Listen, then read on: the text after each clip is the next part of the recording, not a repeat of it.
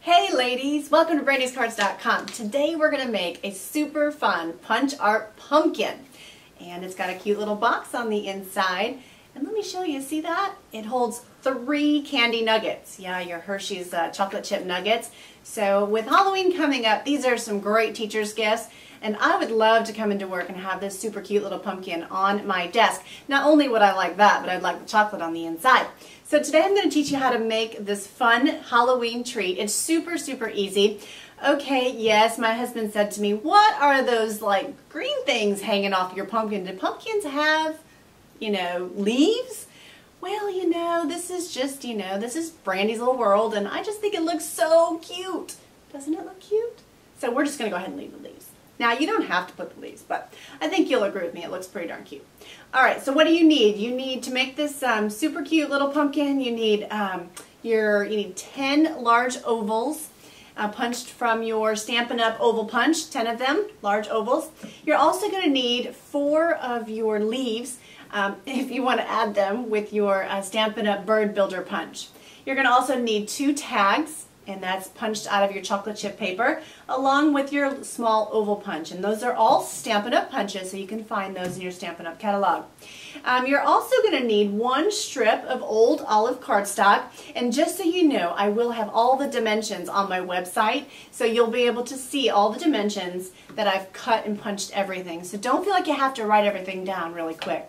All right, you're also going to need some Stampin' Up linen thread. The linen thread is fantastic. I have tried to find it elsewhere, and it's rock solid.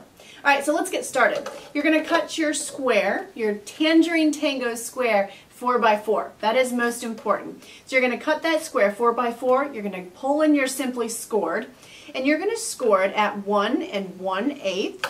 That's right. And you're also going to score it at 2 7/8.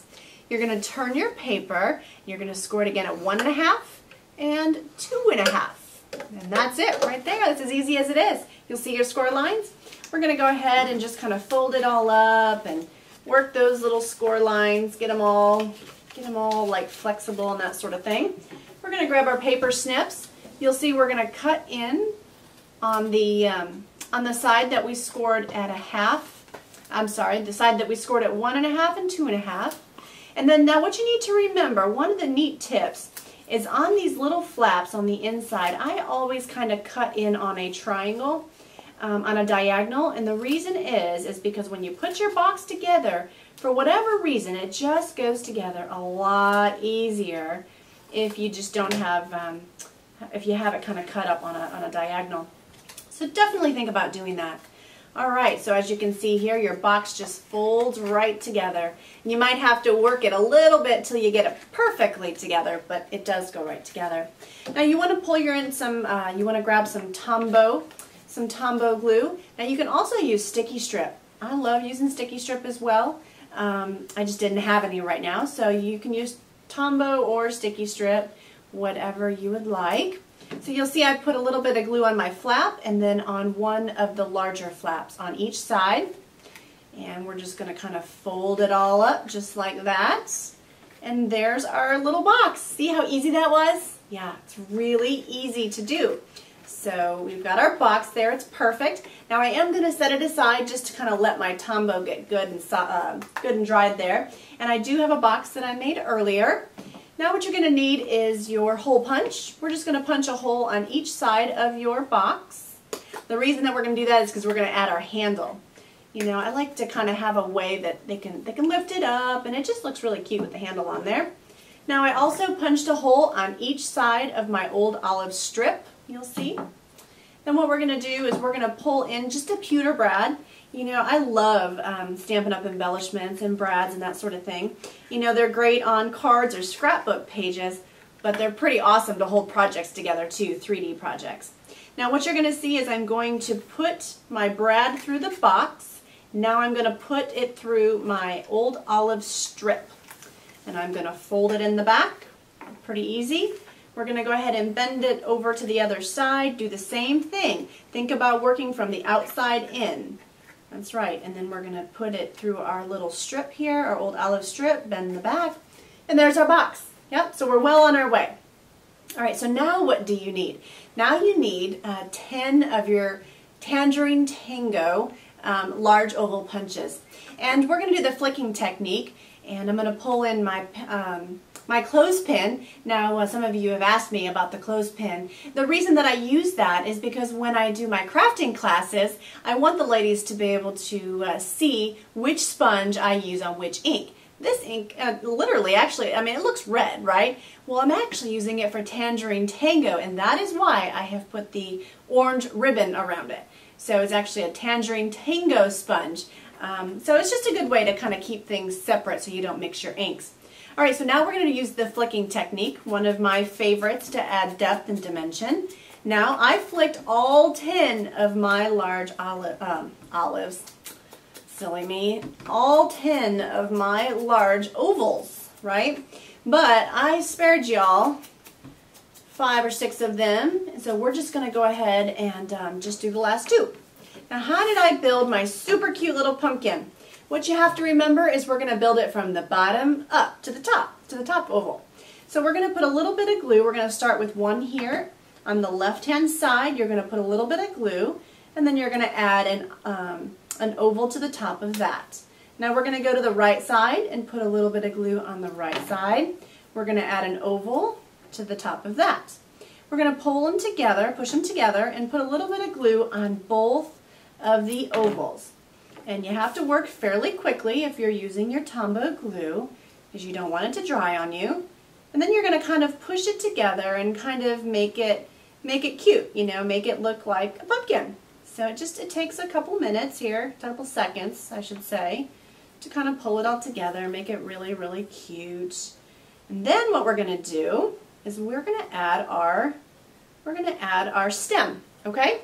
So there's your pumpkin. Super cute. Love it. All right, so what I did is I took my tag punch, Stampin' Up! Tag punch, and I used chocolate chip paper, punched out what I am going to call the stem to my pumpkin, and I've layered it on there. And then we're going to add a little bit of, well, I guess since pumpkins don't have leaves, we're going to add a little bit of its vine, because I just think it's really cute. I put a little bit of Tombow glue, and I just added a little vine on there, a little, I'm going to call it a leaf. So it's kind of cute, right? Love it. Okay. So now what we're going to do is we're going to pull in our box. Here we go. And I am going to put a little bit of Tombow glue right here in the center of my box.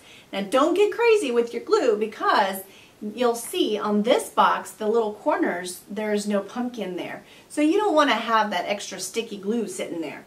So just kind of stay right in the center of your box, just like such. And we're going to go ahead and add our super cute pumpkin. Oh, I just love Halloween. Okay, honestly, I love the candy that comes with Halloween. So, really excited about that. Alright, so there you go. See, we just glued our pumpkin onto the front of our box. Now, I've already made another pumpkin so that we would have, so that I could set it on the other side of the box. So I do recommend putting a pumpkin on both sides, because it is way too cute. I tell you, I love it. There you go. So now I have my little treat box. And I went ahead and grabbed myself a few little Hershey's Nuggets. My favorite are with the chocolate almonds, but the regular milk chocolate will do. We'll go ahead and stick those in there just like that. So you can see it holds 3 little super cute chocolate nuggets. Alright, so now what we're going to do is we're going to pull in our Enjoy stamp. Now, I just liked the Enjoy because, well, I really enjoy chocolate. But I was looking at the catalog, and it is a retired stamp set. So I thought that this stamp set, Petite Pears, would be fantastic. And as I was looking at some of the different sentiments on here, I thought it would be really cute to use Sending a Kiss, and maybe put Hershey Kisses in there. So that would be a really, really cute stamp to use as an alternative. Now, let's go ahead and use the Enjoy, because I do have it out and ready to go. I'm going to use some chocolate chip stamp pad, and then I'm just going to ink it up and stamp it. Let's see, there we go. There's my oval punch. We're going to just punch it out like such. And then what I did is I just punched a hole right here by the E in the Enjoy. And then I used some Stampin' Up! Twine. Stuff is fantastic. I have looked and looked for some twine when I've been in a bind at local places, and let me tell you, I have not found anything that has made me as happy as the Stampin' Up! Twine, or linen thread I should say. It's got a great texture, and it's really easy to work with.